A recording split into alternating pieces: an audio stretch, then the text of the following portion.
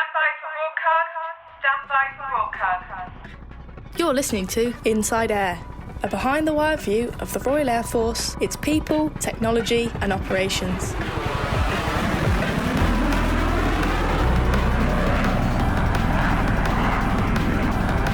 Hello, I'm Squadron Leader Peter Lisney, and in this episode we take a look back at the preparations for the Platinum Jubilee Pageant. We'll also reheat a few stories, just in case you missed them. But first, see if you can identify this noise.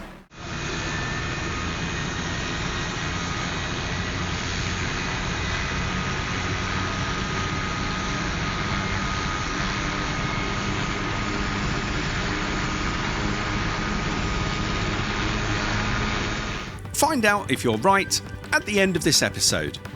Now, the Jubilee Pageant was just one of the many events in which RAF aviators took part to celebrate Her Majesty the Queen's Platinum Jubilee. Our correspondent, Wing Commander Howard Leader, met up with a few of the parading aviators as they rehearsed for this once-in-a-lifetime event.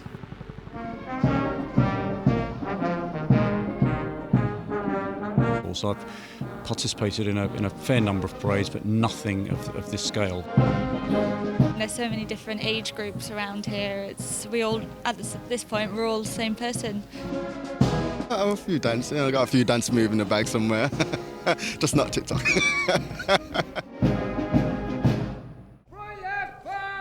Hello, I'm Wing Commander Howard Leader, and I'm at the RAF Halton rehearsal for the parade on Sunday, a rehearsal which is being covered by the media today and given us an opportunity at Inside Air to talk to some of the people who will be participating in Her Majesty's Platinum Jubilee Parade.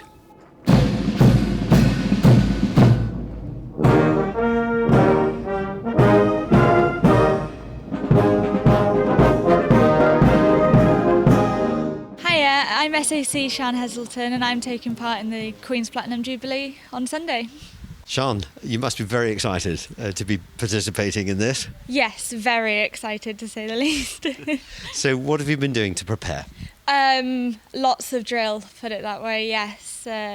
Few sleepless nights, especially like practicing. The other day we went into London about, I want to say it's about 4:30 in the morning. We went out and we did a full run through with the Army and the Navy, so that was very good to see. How did that feel? Amazing, and it was very interesting to see all the different uniforms from across the world as well. Yeah. So what is your profession, Sian? I'm personal support, so I'm based in one of the HR centres across the UK.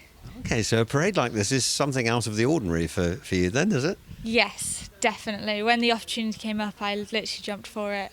You didn't need persuading then? Definitely not. Okay, so you've been doing lots of rehearsals, lots of drill training. Have you found that enjoyable, or is it in any way challenging? So I've actually really enjoyed it. I can't speak for other people, but yeah, it's been great. I'm not long fresh out of training, so I think it's still in my head and all of this, so I'm quite lucky in a way. Yes, that's good. So the actual drill moves and so on were already familiar to you? Yes, definitely. Sian, I think you're the youngest RAF person on the parade? Yes, that is true. It's a bit nerving being the youngest. Definitely some pressure on me, but I mean, there's so many different age groups around here. We all, at this point, we're all the same person, so it should be good, yeah. That's a good way to look at it. Yeah, so you're not at all intimidated by that. So, will your family be watching? Yes, most definitely. And what do they think about it all? They are all so honoured to be to have like a daughter or a granddaughter or whatever being a part of this such a great event. Yeah. How are they going to be viewing this? Will it be a big family gathering around the television? Most definitely, yes.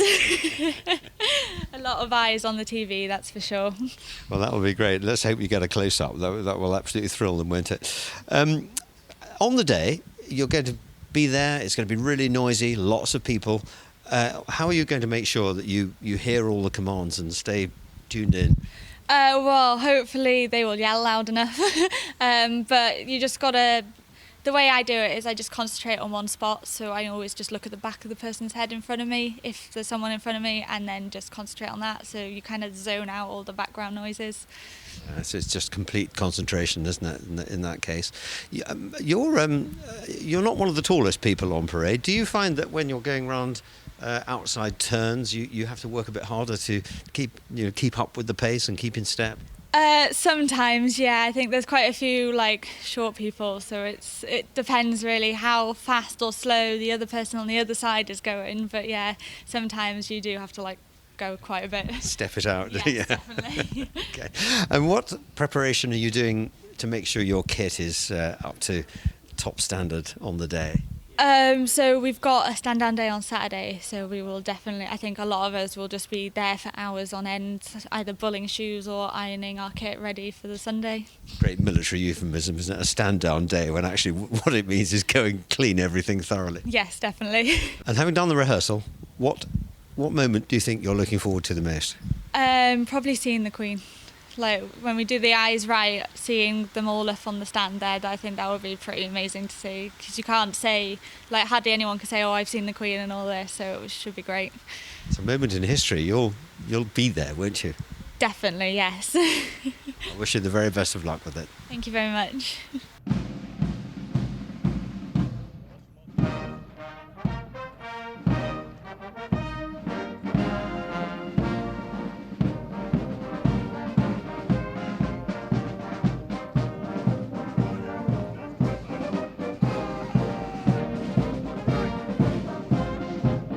Hi, I'm LAC Ramon Barrett, and I will be taking part in the parade on Sunday.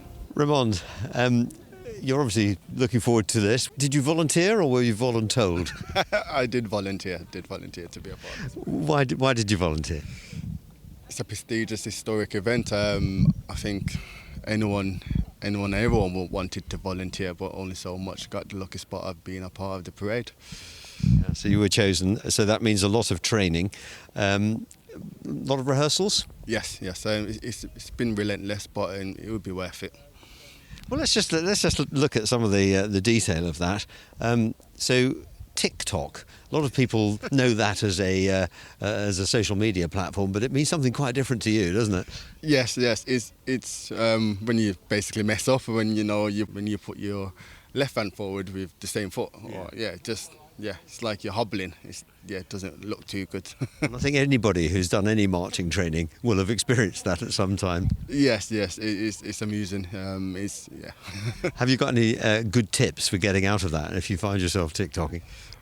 Yes, just count the beats. I normally count just left foot, left. Once you keep those cadences, you'll be all right. You get in the swing. Yeah, good stuff. So, on the parade, you're presumably getting lots of advice about what it's going to be like, and what are you expecting? Expecting a lot of people, a lot of noise, a lot of instructions, so you really have to be switched on and just tuned in and try not to zone out, because those instructions and those cadences come in fast and quick, and you have to be in uniform with everyone else around you, so yeah, you have to just be switched on. And of course you've mentioned a lot of noise, so are you worried you might not be able to hear the instructions? Not so much, because we went through it quite a lot, so I'm getting used to when the instructions are being called, so even though you might not hear, you sort of gauge where you need to start changing arms or looking right and so forth. That's the importance of the rehearsals, isn't it? Yeah, okay. So here's a question. It's going to be a long day and you're out there in the public. What happens if you need the loo? You go before. There's no other choice. That's it. Good advice. That's all we need to know, and that must go for the spectators as well. When you volunteered, were you asked if you'd done sufficient training? Did you have to qualify for this, or was it just a case of we'll teach you? Yeah, I think that's the beauty of being a part of this parade, because no matter where you're from or what trade or role you're playing at RAF, if you want to volunteer, you can do, and and the training will get you to the standard that's expected on Sunday. So, and what is your profession in the RAF? Logistics chef. So this is really quite a departure from your day job. Yes, definitely. But I'm enjoying it, and it's what I wanted to do. Yeah. Now, marching in any form is in a sense choreography. You've got to have a bit of a sense of your own appearance, haven't you? Are you a good mover? Yeah, I'm a few dance. I got a few dance moves in the bag somewhere. Just not TikTok. So you'll be falling back on your natural ability to put on the swagger a bit. Yes, that's correct. Good. And I guess you're going to have family watching, are you? Yes, my mum will be watching, and my girlfriend will be watching. Everyone will be watching. What do they think?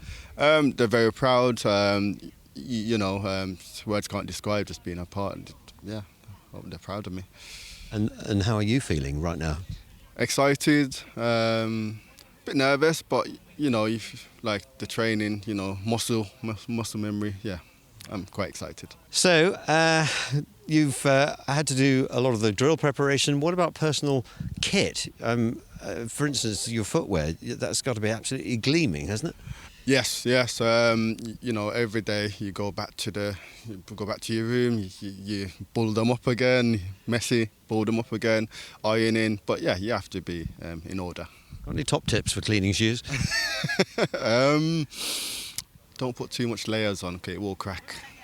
Yeah, that's about it. Yeah, that's a good tip. All right, thanks for that. Well, wish you every success on the parade, and I hope you have a really good time. And it should be something that you'll always remember.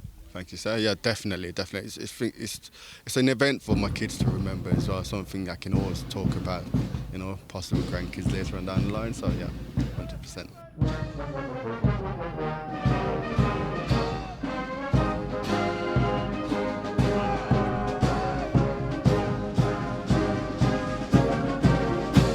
I am Flight Lieutenant Tamsin Wakeham, and I'm taking part in the parade on Sunday. Tamsin, what preparations have you been doing to ensure that it goes well on Sunday? A lot of practising, covering a lot of mileage, and a lot of taping of feet. And do you do this fairly regularly in your particular line, or is this a one-off event for you? No, I mean I have taken part in parades and things before, but it doesn't come around very often. Not in my trade, anyway. What is your profession? So I'm a loadmaster by trade. So yeah, aircrew. Give me a flavour of the amount of work that's gone into this. Well, I mean, the logistics in the background I would hate to even imagine. But for us, it's just very much a lot of sorting out your uniform and just practice. So, 8 o'clock we're meeting every morning. We're finishing, in time for our dinner. And it is just practicing, turning, moving, marching, staying in step, marching with the band, having a little practice, doing the different salutes. So, yeah, practice daily. And have you got on all right with it?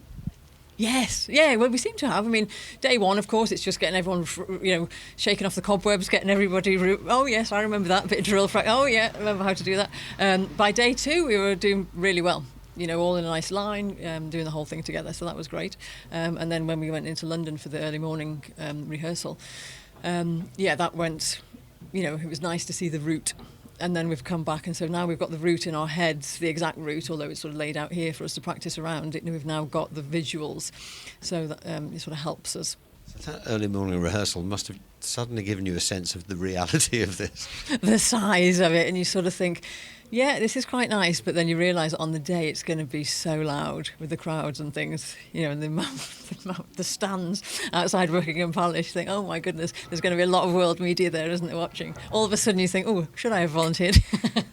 So do you think that crowd presence and all of the noise is going to affect the communications, as it were, on the parade? It'll certainly make the calls a lot harder to be heard. I mean, thankfully you've got the beat of the drum to march to, but even then, when you've got so much other noise coming in, sometimes it can be hard to hear, and it can be hard for people to hear, because they're changing people's weapons, because it's hard to carry a weapon for so long, for the guys and girls in the main sort of groupings for so long, so they have to keep changing arms. Well, it's hard for them to hear when we're saluting, obviously, when we go past the cenotaph and then we go past the royal box.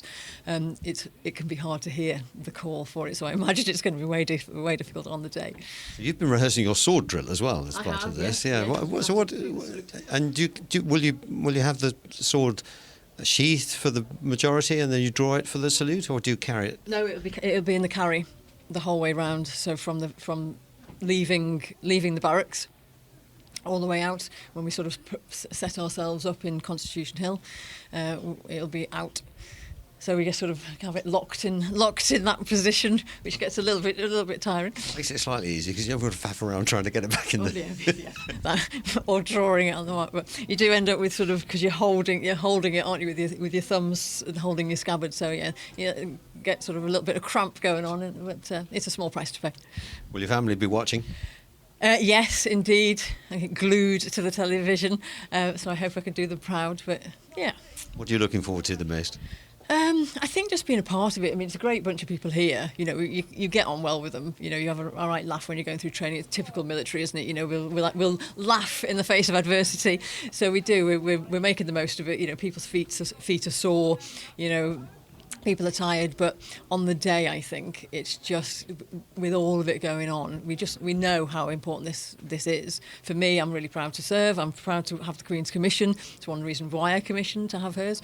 So, yeah, what can you say? It'd be amazing with the noise, the pomp, the people, all the people here. You know, we've sort of built friendships. So doing it with all of them, it's just going to be amazing.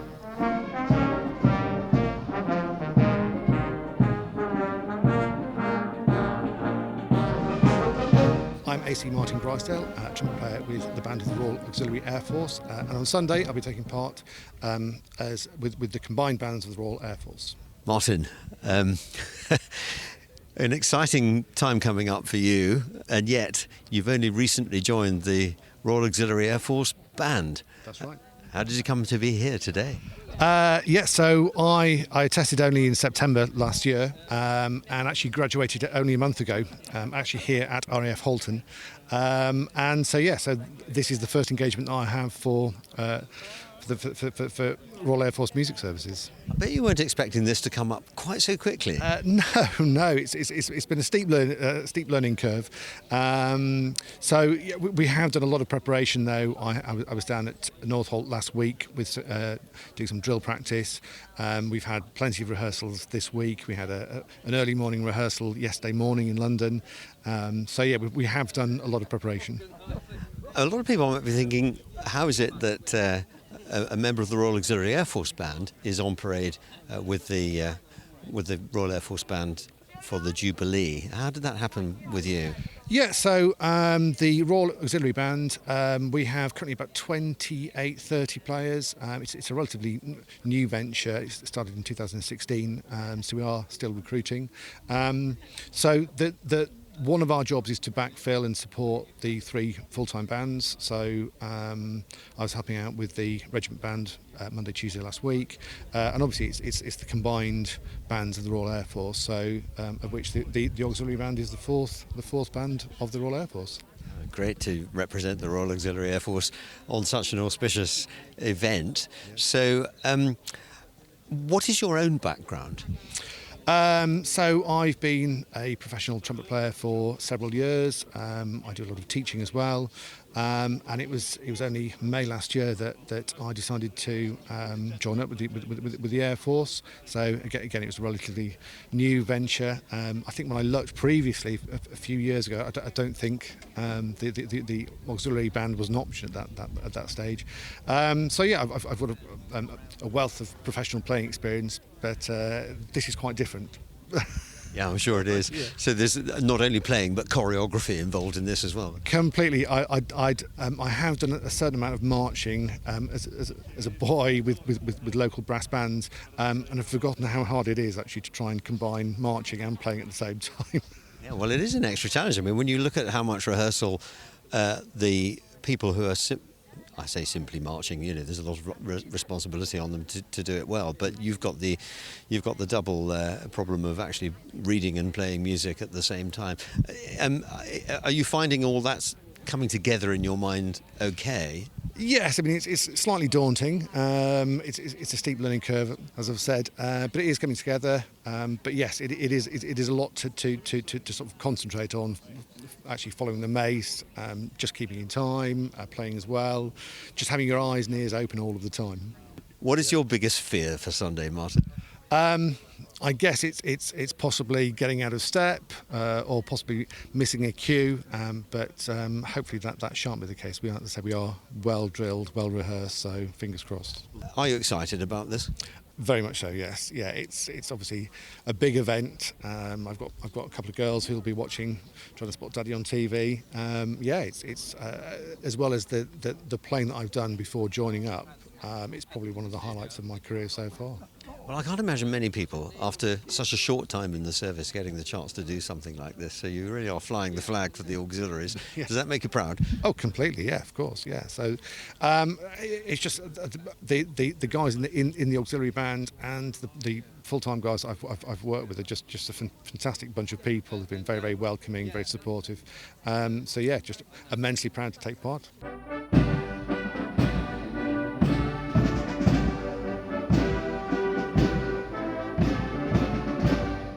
Hello, I'm Squadron Leader Derek Reid. I'm the Officer Commanding of 603 City of Edinburgh Squadron, and I'm participating in the Queen's Platinum Jubilee Parade. Derek, you must be looking forward to this. I can see there's an awful lot of work gone into it so far. How are you feeling? Really excited. I think everyone's really looking forward to the day. And we've spoken to what we think is the youngest person who's going to be on the parade on the day. You think you might be the oldest? I think I probably am. I couldn't swear to it, but I think I'm 60. So tell us about your career in the Royal Air Force. Well, I joined in 1986, originally on a 5-year short service commission, and enjoyed it so much that I kept on extending. So I served for over 33 years as a regular, and I've been a full-time reservist for just over 2 years now. And on this parade, you'll be representing the Royal Auxiliary Air Force, because 603 Squadron is a Rorschach Squadron. Well, I will actually be leading the 603 Squadron specific contingent, because Her Majesty is the Honorary Air Commodore of 603 City of Edinburgh Squadron. There's also a separate Royal Auxiliary Air Force contingent, because the Royal Auxiliary Air Force as a whole also has that special relationship. But 603 is the only squadron that as an individual squadron has that relationship. That is a very special link, isn't it? And does that mean that you get to see Her Majesty, occasionally when she attends squadron events? The Queen actually became our Honorary Air Commodore in 1951 when she was still Princess Elizabeth, and remained the HAC when she became the Queen. She presented the squadron with its first standard in 1955. The squadron was actually disbanded in 1957, but when it was reformed in 1999, she agreed to become the Honorary Air Commodore again. So that's a huge honour. She visited the squadron in Edinburgh in 2015. That's the last time she has visited us, but the whole squadron feels a great link to the Queen because of that relationship that we have. She takes a very special interest in all of these things, doesn't she? The annual report that you produce and things like that. I'm sure she'll be always interested in seeing that. Absolutely, she we present her with our best wishes and congratulations at a number of times during the year, and it's always a great privilege to write to the Queen. So here we are. It's almost the eve. A couple of days away from the parade on Sunday. What are you fearing most? I'm not really fearing anything. We've been well prepared by the instructors here at RAF Halton. Of course, we're all hoping for good weather. None of us want it to rain, but whether it's raining or sunny, we will just crack on and do the absolutely best job that we can. And as an experienced old hand on parades and ceremonial events, how do you think it's shaping up? To me, it looks like it's going pretty well. In fact, I've never done a ceremonial event of this scale before, so it's something like this is as new to me as it is to the people that are new into the Air Force. I've participated in a fair number of parades, but nothing of this scale. So, it's quite an exciting event, and I think that applies for me at one end of the scale all the way through the whole contingent that are participating. And I wish you and 603 Squadron a really good day on Sunday. Great, thank you very much.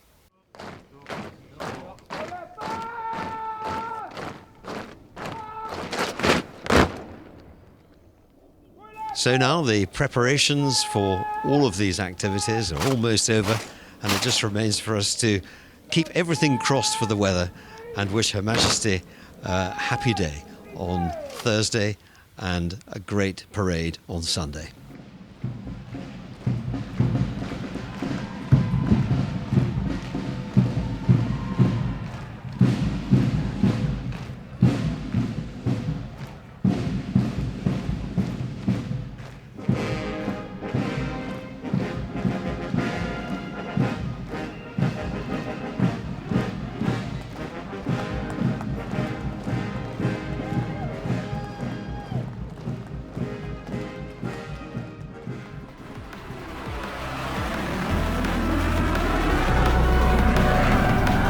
This is Reheat on Inside Air. I'm SAC Victoria Andrews.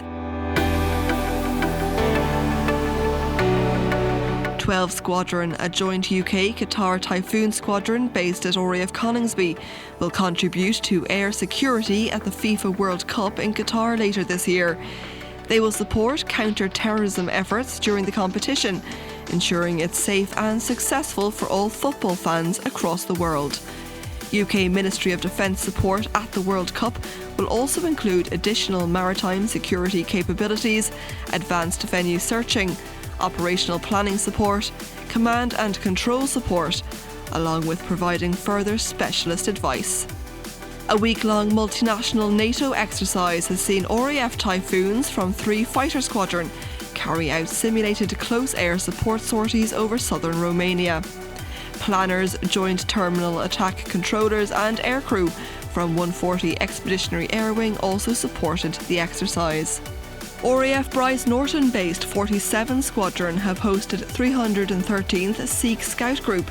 32 children between the ages of 6 and 14 received survive, evade, resist and extract training to learn the skills needed to operate in difficult environments.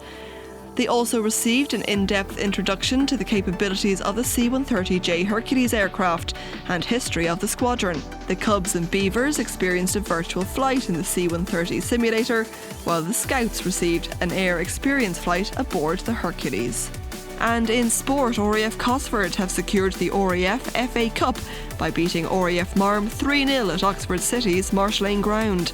A hat-trick from the boot of Gibraltar international Corporal Jake Gosling put the game out of reach for the team in blue. Team captain Flight Lieutenant Alex O'Rourke said he was extremely proud of the team, the win bringing to an end a 10-year wait for Cup final victory. That's Reheat on Inside Air.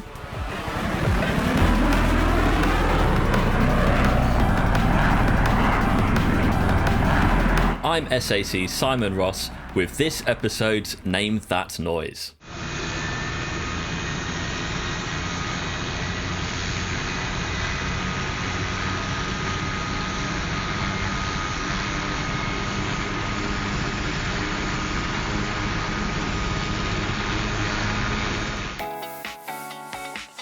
That was the sound of a Juno HT Mark 1 helicopter. The Juno HT Mark 1 provides the basic rotary wing training role with number 1 Flying Training School, 1FTS at RAF Shawbury, the oldest military pilot training school in the world.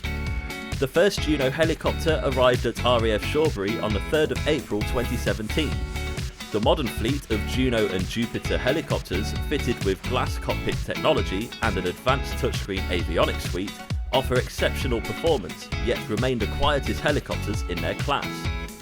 At the beginning of 2022, 1FTS achieved a significant milestone of 50,000 flying hours on its fleet of Juno helicopters. Now their sights are set on the next milestone as they continue to train military helicopter aircrew for the front line.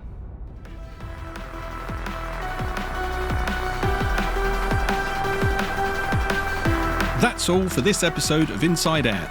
Please give us a review and subscribe on your favourite podcast app, and join us again soon. You've been listening to Inside Air, a behind-the-wire view of the Royal Air Force, its people, technology and operations. If you're serving in the RAF and have a story for us, please speak to your unit media and communications officer. Inside Air is written and produced for the Royal Air Force by RAF Media Reserves.